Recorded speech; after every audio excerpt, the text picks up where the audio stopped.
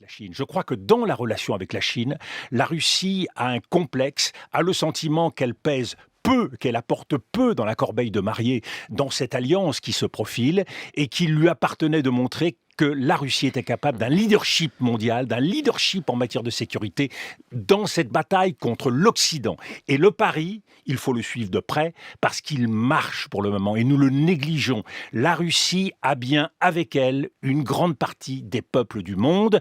La Russie a réussi à neutraliser une grande Avec elle ou partie. neutre? Ils sont avec elle ou ils Mais sont neutres? c'est plus que Que la neutre, neutralité? dans la mesure où ce sentiment anti-occidental est très largement partagé. Si on prend les BRICS, si on prend l'Afrique, on voit bien aujourd'hui comment l'Afrique est montée contre nous, cherche à faire en sorte que la France quitte l'Afrique. Il y a un sentiment extrêmement actif. On se trompe si on parle de neutralité.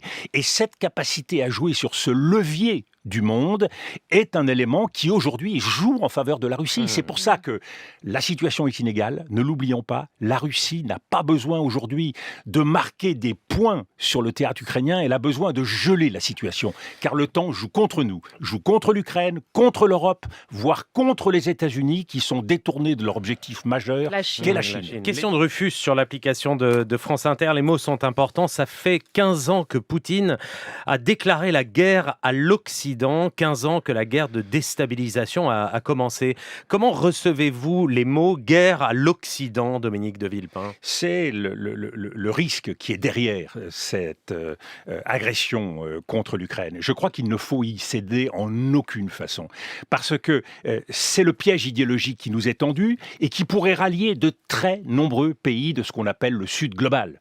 J'ai parlé des BRICS tout à l'heure. Un pays comme l'Inde y est très sensible. J'étais moi-même en poste en Inde au moment de la première guerre du Golfe. Eh bien, l'Inde était contre cette intervention de la coalition américaine. Il faut prendre en compte ces réticences, cette allergie à l'impérialisme occidental, ce qu'ils perçoivent comme l'impérialisme occidental, et ne pas voir le monde uniquement depuis notre fenêtre. Il y a un point de vue qu'il faut prendre, qui est un point de vue global, et donc il faut se mettre dans la tête des autres. Vous le voyez toujours, l'impérialisme occidental? Pardon pour cette question un peu naïve. Ce qui était vrai, et très vrai même, et vous l'aviez dénoncé très justement, il y a 20 ans, pendant la guerre d'Irak, c'était à un moment T. Après, il y a eu Obama, il y a eu Trump, il y a eu Biden. Il y a eu le retour à une forme de repli, d'isolationnisme des Américains qui sont partis d'Afghanistan, qui sont partis d'Irak. Mais voyez le monde depuis le Brésil, depuis le Moyen-Orient et depuis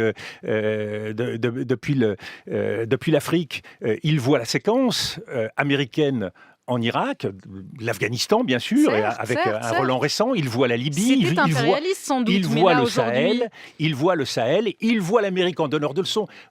J'ai été très frappé. On remet sur la table à juste titre la question de la justice internationale pour traduire un jour les crimes de guerre et les crimes contre l'humanité commis contre Vladimir Poutine. Mais chaque fois que je me déplace dans le monde, on me dit mais on n'a pas traduit George Bush et Tony Blair devant la Cour pénale internationale, ni devant une juridiction spéciale. Le deux poids, deux mesures. Vous êtes obsédé par la guerre d'Ukraine. Que faites-vous pour l'Éthiopie? Que faites-vous pour le Soudan? Que faites-vous pour les pays qui souffrent dans le monde? Revient constamment. Donc il faut, oui, regarder le monde, pas uniquement de notre point de vue, mais aussi avec le regard des peuples du monde.